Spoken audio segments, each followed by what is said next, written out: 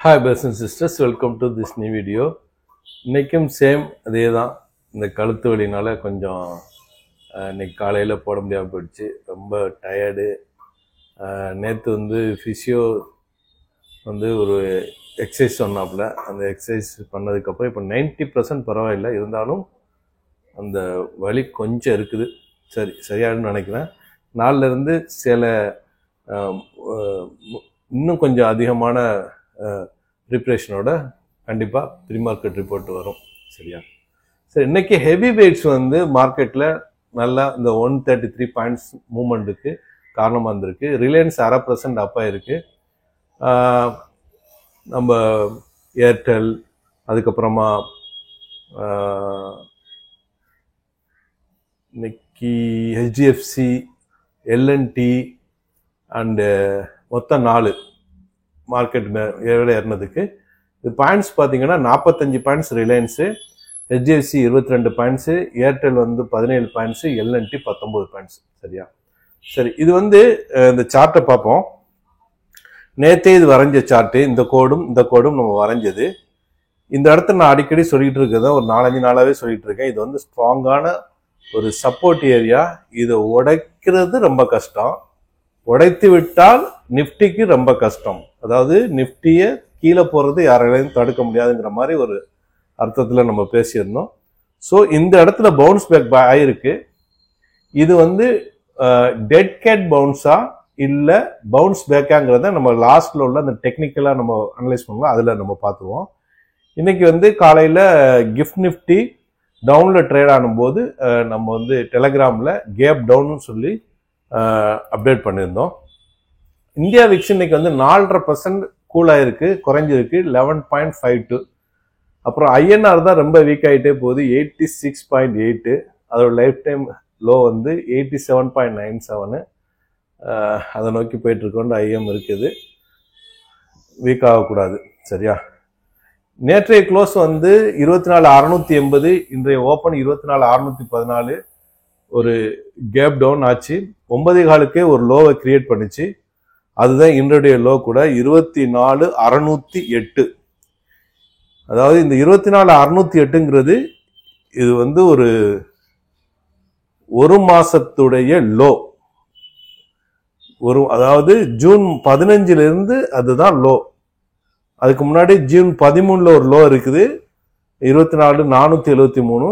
அதுக்கப்புறம் இது இன்னைக்கு நடந்த லோ தான் மெயினான லோ. சரியா? அதை நம்ம கவனத்தில் கொள்ளணும். மடமடமன்னு ஏறிச்சு காலையில்.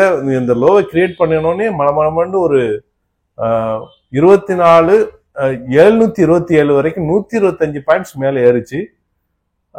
அதுக்கப்புறம் பார்த்தா மடமடன்னு அதே மாதிரியே கீழே இறங்கிடுச்சு.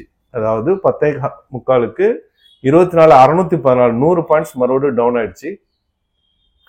அப்புறம் அங்கிருந்து ஸ்டார்ட் ஆச்சு பாருங்க, ஒரு ராக்கெட் போற மாதிரி. 45 டிகிரி கூட சொல்ல முடியாது. இது வந்து ஒரு 70 டிகிரி அப்பு. மலமலன்னு அப்படியே மேலே ஏறிட்டே போய் 24,847 225 பாயிண்ட்ஸ் அப்பு ஒரே தம்ல. இதைத்தான் நம்ம பார்க்க போறோம். இது டெட் கேட் பவுன்ஸா இல்லை பவுன்ஸ் பேக்காங்கிறத நம்ம கடைசியில் அனலைஸ் பண்ணி பார்ப்போம். சரியா? இதை டே கேண்டலுக்கு மாத்திடுறேன். Open 24,609, high 24,847, low 24,598, close 24,821. 250 points ஒரு கிரீன் கேண்டில் போட்டிருக்கு. கீழே இருந்து மேல் மூமெண்ட்டு. இது வந்து சத்தமான கேண்டில். அதாவது இந்த மலையாளத்தில் சொல்லுவாங்க சத்தமா மேலே ஏறிச்சு அப்படின்ட்டு. அதாவது ஒரு ஸ்ட்ராங்கான, இங்கிலீஷில் சொல்றதா இருந்தால் தமிழில் வந்து ஒரு நல்ல ஒரு ஃபோர்ஸான, என்னது, ஒரு அழுத்தமான, நல்ல ஒரு பவர், தமிழ் வார்த்தை, நல்ல ஒரு சக்தியான ஒரு கேண்டில். சரியா? இந்த சக்தி கேண்டில் தான் நம்ம அனலைஸ் பண்ண போகிறோம். எவ்வளோ தூரத்துக்கு மேலே போகுது இல்லை இறங்கி இருக்காங்கிறத நம்ம அனலைஸ் பண்ணுவோம். சரி, இன்னைக்கு 0.5% அப்போ இருக்கு. 140 பாயிண்ட்ஸ் நேற்றை விட மேலே ஏறி இருக்கு. சப்போர்ட் 24,598. இன்னையுடைய லோ தான் சப்போர்ட்டு. ரெசிஸ்டன்ஸ் வந்து 25,000. அட்வான்ஸ் 1,744. டிக்ளைன் வந்து 916. கோல்டுடைய நம்பர்ல 916 வந்திருக்கு இன்னைக்கு. சரி, அதே மாதிரி இன்னைக்கு டாப் கெய்னர் ஜியோ ஃபைனான்ஸு, 4.5% அப்பு, LNT 2.5% அப்பு, ரிலையன்ஸ் 2% அப்பு, ஏசியன் பெயிண்ட்ஸ் வந்து ஒரே நிமிஷம், ரிலையன்ஸ் வந்து 1/2% தான் அப்பு, எதுக்கு 2% காமிக்குது? இப்போ செக் பண்ணிடுவோம்.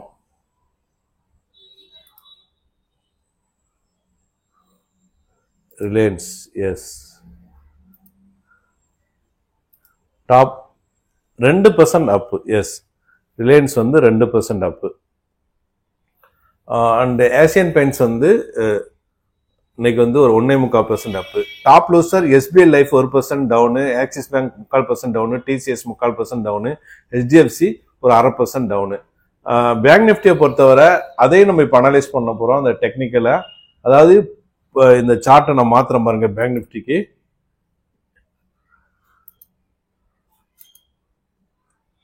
அதாவது ஒரு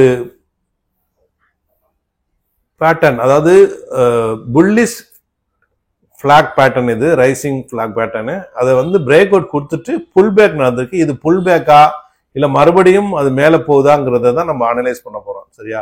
இன்னைக்கு மூவ்மெண்ட் வந்து 55,843 டு 56,296, 450 பாயிண்ட்ஸ் மூவ்மெண்ட். இன்னைக்கு red candle 5, green candle 7, support 55,500, resistance 56,500. கோல்டை பொறுத்தவரை நம்ம ஏற்கனவே அனலைஸ் பண்ணது தான். இதை பாருங்க, இது ஒரு பேரலல் சேனலை கம்ப்ளீட் பண்றதுக்கு முயற்சி எடுக்குது. ஒரு டாப், அப்புறம் ஒரு பாட்டம், இன்னொரு டபுள் டாப்பு, ஒரு டபுள் பாட்டம், இப்போ ட்ரிபிள் டாப், ட்ரிபிள் பாட்டத்தை கம்ப்ளீட் பண்ண ட்ரை பண்ணதுன்னு ஒரு ஐயா இருக்குது. இதோடைய லைஃப் டைம் 3,500, 9,150க்கு இன்னைக்கு விற்கப்படுது. சில்வர் வந்து 126 ரூபாய். சரியா? இது சில்வர் பார்த்துடலாம். சில்வர் வந்து இப்போதைக்கு 38.107. இது ஸ்ட்ராங்கான ரெசிஸ்டன்ஸ் நம்ம வரைஞ்சி வச்சிருக்கோம் பாருங்க. அந்த இடத்துல தான் ட்ரேட் ஆகிட்டு இருக்கு. இப்போ தயங்குது, கீழே போகுமா மேலே போகுமாங்கிற இடம் ஒரு இன்டிசிஷன் ஸ்டேஜில் இப்போ இருக்குது. பிட்காயினை பொறுத்தவரை 1,18,454. இந்த இடத்துலயும் கன்சால்டேஷன் நடக்குது. இதை பாருங்க, இந்த இடத்துல கன்சால்டேஷன் நடக்குது. இன்டிசிஷன் ஏரியாவை இருக்கு இந்த இடம். சரியா? யூஎஸ் ஆயில் இன்னைக்கு 66.68, 1/4% டவுன் ஆகி ட்ரேட் ஆகுது. சரி, global market Dow Jones 1/4% up, S&P 500 flat, Nasdaq 1/2% up. And Europe market இங்கிலாந்து FTSE 3/4% up, CAC Italy 1.5% up, DX 1.5% up. Asian market Japan Nikkei 1% down, Singapore Straits Times 1/2% up, Hong Kong Hang Seng 1/2% down, Taiwan 1% down, Korea KOSPI 1/2% up, SCT composite 1.5% up, Jakarta Indonesia flat, China Shanghai 1/2% அப்பு. இன்னைக்கு option chain பார்த்துடலாம். ஒரு இன்ட்ரெஸ்டிங்கா இருக்கு பாருங்க. ரெண்டு பக்கம் support side and resist side, ரெண்டு சைடுமே ஓப்பன் இன்ட்ரெஸ்ட் அதிகமா இருக்கு. நாளைக்கு ரேஞ்ச் மார்க்கெட் இருக்கலாமோன்னு ஐயம் இருக்கு. லைவ் மார்க்கெட்ல ஓப்பன் இன்ட்ரெஸ்ட் மாறலாம். இது நல்லா பாருங்க. 24,500, 24,600, 24,700, 24,800 இதுல சப்போர்ட் 1 லட்சத்துக்கு மேல ஓப்பன் இன்ட்ரெஸ்ட் இருக்கு. அதே மாதிரி ரெசிஸ்டன்ஸ் சைடு வந்து 24,500 டு 20, அதாவது 24,800, 24,900, 25,000, 25,100, 25,200, 25,300, 25,500, 1 லட்சத்துக்கு மேல கான்ட்ராக்ட்ஸ் இருக்கிறது. சரியா? இன்னைக்கு ஈவெண்ட்ஸை பொறுத்தவரை USCB consumer confidence, George jobs openings 2 data வர வேண்டியிருக்குது. FIDA டேட்டா பொறுத்தவரை இது வரைக்கும் அவங்க 36,591 கோடிக்கு வித்துருக்காங்க. தொடர்ந்து 6 ட்ரேடிங் செஷனா அவங்க வித்துட்டு இருக்காங்க. அதுக்கு முன்னாடி ஒரே ட்ரேடிங் செஷன் வாங்கியிருக்காங்க. அதுக்கு முன்னாடி இடையில ஒரு ட்ரேடிங் செஷன் வாங்கி பாக்கி இந்த மாசம் ஃபுல்லாவே அவங்க வித்துருக்காங்கிறத நம்ம புரிஞ்சுக்கலாம். FIs வந்து விற்கிற சைட் இருக்காங்க. ஈஸியா நம்ம புரிஞ்சுக்கலாம். சில நியூஸ் பார்த்துட்டு நம்ம டெக்னிக்கலா பார்த்துக்கலாம். NBFC ஸ்டாக் வந்து இன்னைக்கு கொஞ்சம் ரைஸ் ஆயிருக்கு. காரணம் என்னன்னா, ஜெப்டோ வந்து 7.5 கோடி வாங்கியிருக்கிறாங்க. ரைட்டா? அப்புறம் டிஃபென்ஸ் ஸ்டாக் வந்து 6% வரைக்கும் இறங்கியிருக்கு. மாஸ்தான் டாக்கு, பவான்ஸ் டிஃபென்ஸ் இதெல்லாம் Q1 ரிசல்ட் காரணமாக. அப்புறம் ஃபோக்கஸ் லைட்டிங் ஷேர் வந்து ஏறி இருக்கு. 521 கோடி பேனாசோனிக் பை பண்ணியிருக்காங்கன்னு ஒரு நியூஸ் மணிக்கொண்டர்ல. அப்புறம் ரஷ்யா ஒரு சிறையை வந்து ஸ்ட்ரைக் பண்ணியிருக்காங்க யுக்ரைன்ல. 17 பேர் கொல்லப்பட்டதாகவும் டஜன் ஆட்கள் இறந்துட்டதாகவும் அஞ்சப்படுது. பிபிசியில் இந்த நியூஸ் வந்திருக்கு. எப்போதான் இந்த வாரெல்லாம் முடியுமோ, மக்கள் இறப்பு குறையுமோங்கிறதே தான் மனசு நமக்கு பதைக்குது. சரி, இவர் ட்ரம்ப் சொன்னாரு 10 to 12 நாள் உனக்கு டைம் தர்றேன் புத்தின், நீ வந்து இதை முடிக்கணும் அப்படின்ட்டு. அவங்க அதுக்கு ரிப்ளை பண்றீங்க, நான் ஒன்றும் ஈரான் கிடையாது உன் சொல்லி பேச்சு கேட்கறதுக்கு அப்படின்னு ரஷ்யா ரிப்ளை பண்ணாங்க. இப்போ இந்த மாதிரி பிரச்சனை ஓடிட்டு இருக்கு. ஆனா இப்போ நெட்டன்யாகவும் புத்தினும் டிஸ்கஸ் பண்ணியிருக்காங்க. இதை பத்தியும் டிஸ்கஸ் பண்ணிருக்கலாம். ஆனா அவங்க வெளியே நியூஸ் என்ன சொல்றாங்கன்னா, ஈரான் நியூக்ளியர் டென்ஷனை பத்தி நாங்க டிஸ்கஸ் பண்ணதாக நியூஸ் வந்திருக்கு. இது வந்து இன்டெலிஜென்ட் நியூஸ், அப்புறம் லோக்மத் நியூஸ் அண்ட் ட்ரிபன், இந்த மாதிரி நியூஸ்கள்லாம் வந்திருக்கு. அப்புறம் சைனால வந்து 30 பேர் இறந்துருக்குறாங்க. டெட்லி ரெயின், அங்க 80,000க்கு மேல ஆட்களை வெளியேற்றிருக்காங்க. அல் ஜசீரால இந்த நியூஸ் வந்திருக்கு. அப்புறம் வந்து சைனா வந்து அவங்க வந்து பிறப்பு வீதம் குறைஞ்சிட்டே வர்றதுனால $1,500 தர்றோம் நீங்க குழந்தைய பத்துங்கிற மாதிரி சொல்றதாக பிபிசியில நியூஸ் வந்திருக்கு. இப்போ ஆகஸ்ட் 1 நமக்கு ட்ரம்ப் டாரிஃபுடைய டெட்லைனு. அவர் வந்து அந்த டெட்லைன் இதாகட்டி 15 to 20% இது டாரிஃப் போட போறதாக இந்தியா டுடேல வந்திருக்குது. எவ்வளவு தூரத்துக்கு அது நடக்குன்னு பார்ப்போம். அப்புறம் ட்ரம்ப் வந்து இன்னைக்கு ஒரு 2-3 நாள் சொல்லிட்டு இருக்காரு, ரியல் சேவேஷன், அதாவது உண்மையிலே பசி இருக்கு, பசியிலான பாதிச்சுட்டு இருக்காங்க அப்படின்ட்டு காசால த கார்டியன், CNN, NBCC இதெல்லாம் வந்திருக்கு. அப்புறம் 60,000க்கு மேல இது வரைக்கும் கொல்லப்பட்டதாக அல் ஜசீரால வந்திருக்கு காசால. சரி, இப்போ வந்து அங்க சில உணவுப் பொருட்கள் போடுறாங்க, அது வந்து ஒரு ஓசன்ல ஒரு டிராப் இது போட்ட மாதிரின்னு சொல்லிட்டு UNAID சொல்லப்பட்டிருக்கு. சரி, இப்பவும் சாப்பாடு கண்டு வர்றாங்களா ஷூட் பண்றது இருக்குதுன்னு அல் ஜசீரால சொல்றாங்க. சரி, இது எந்த பக்கம் போயிட்டு இருக்கு. இப்போ புதுசா ஒரு தலைவலி நம்ம மார்க்கெட்டுக்கு உருவாயிருக்கு. மார்க்கெட்னா உலகத்துல என்ன நடந்தாலும் நமக்கு தானே பாதிப்போம். அதாவது நார்த் கொரியா சொல்லுது யூஎஸ் மஸ்ட் அவங்கள வந்து நியூக்ளியர் ஸ்டேட்டா அக்செப்ட் பண்ணணும்னு சொல்லி இன்னைக்கு கோரிக்கை வைக்குது நார்த் கொரியா யூஎஸ்க்கு. இது புதுசா நம்ம அண்டர்லைன் பண்ணி வச்சுக்கணும். சரியா, இப்போ டெக்னிக்கலா போயிடலாம். டெக்னிக்கலா நம்ம வந்து டெட் கேட் பவுன்ஸா இதுவா, அப்புறம் வந்து பேங்க் நிஃப்டி ரெண்டுமே நம்ம பார்க்க போறோம். சரி, இப்போ மார்க்கெட் வந்து மேல போயிட்டு கீழே வந்து இந்த இடத்துல நல்ல ஒரு கிரீன் கேண்டில், இந்த கிரீன் கேண்டில் நல்லா பார்த்தோம்னா உத்து பார்த்தோம்னா இதை கொஞ்சம் கூட பெருசு பண்ணிடலாம். இந்த கீழே இறங்கின எந்த கேண்டிலுமே இந்த அளவுக்கு பெரிய கிரீன் கேண்டில் இருக்காது, நீங்க நல்லா பாருங்க. ஸோ இந்த இடம் நம்ம வந்து இங்க பாருங்க, இந்த இடத்த டச் பண்ணும் போதெல்லாம் மார்க்கெட் மேல எந்திரிச்சிருக்கு, எந்திரிச்சு மேல போயிடுச்சு. இப்ப இந்த இடத்த வந்து அப்படி மேல போறதுக்கான அதிகமான சான்சஸ் இருக்கு மேல போறதுக்கு. நம்பர் 1. சரி, இந்த மாதிரி முன்னாடி நடந்த சில இதுகளை நம்ம பார்த்துட்டு முடிவெடுக்கலாம். சரியா, இந்த மாதிரி சப்போர்ட் இடங்கள்ல என்ன நடந்திருக்குது அப்படின்னு சொல்லிட்டு இந்த இடத்த பாருங்க, கோடு போடுறேன். இந்த இடத்த பாருங்க, இந்த இடத்த 1, 2, 3, 4 வந்தோடனே எப்படி போயிருக்கு பாருங்க மேல. ஸோ சான்சஸ் அதிகம். ஆனா அப்படித்தான் போய் தான் ஆகணுங்கிற ஒரு அவசியம் கிடையாது.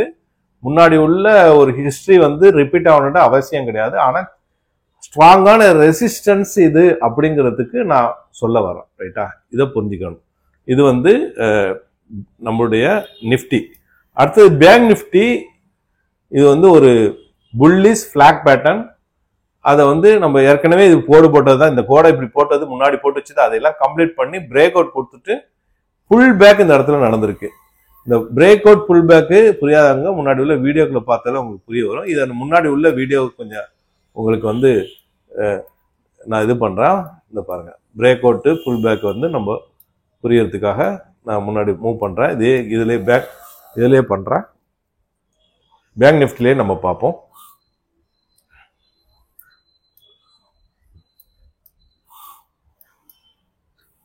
இந்த இடத்துல நான் வரைகிறேன்.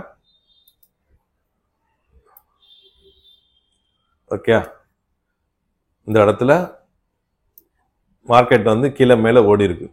இந்த இடத்துல பிரேக் அவுட் கொடுத்துருக்கு பாருங்க. கொடுத்துட்டு இந்த ரெட் கேண்டில் போட்டிருக்கு பாருங்க. இதைத்தான் நம்ம புல் பேக்னு சொல்றது. புல் பேக் வந்துட்டு மறுபடியும் மேலே போயிடுச்சு. ரைட்டா, சரி, இப்போ என்ன நிலைமை? மார்க்கெட் இந்த இடத்துல பிரேக் அவுட் கொடுத்துருக்கு, புல் பேக் நடந்திருக்கு. இப்ப கீழே வருமாங்கிறத நம்ம பார்க்கணும். பிரேக் அவுட் கொடுத்துட்டு புல் பேக் நடக்குது. இந்த இடத்துல அப்படி கீழே வரலாம், அப்படி இல்லாட்டி இந்த ரேஞ்சுக்குள்ளே போயிடலாம். ரெண்டு தான் சரி. இது வந்து அதிகமான சான்சஸ் எப்படின்னு சொன்னா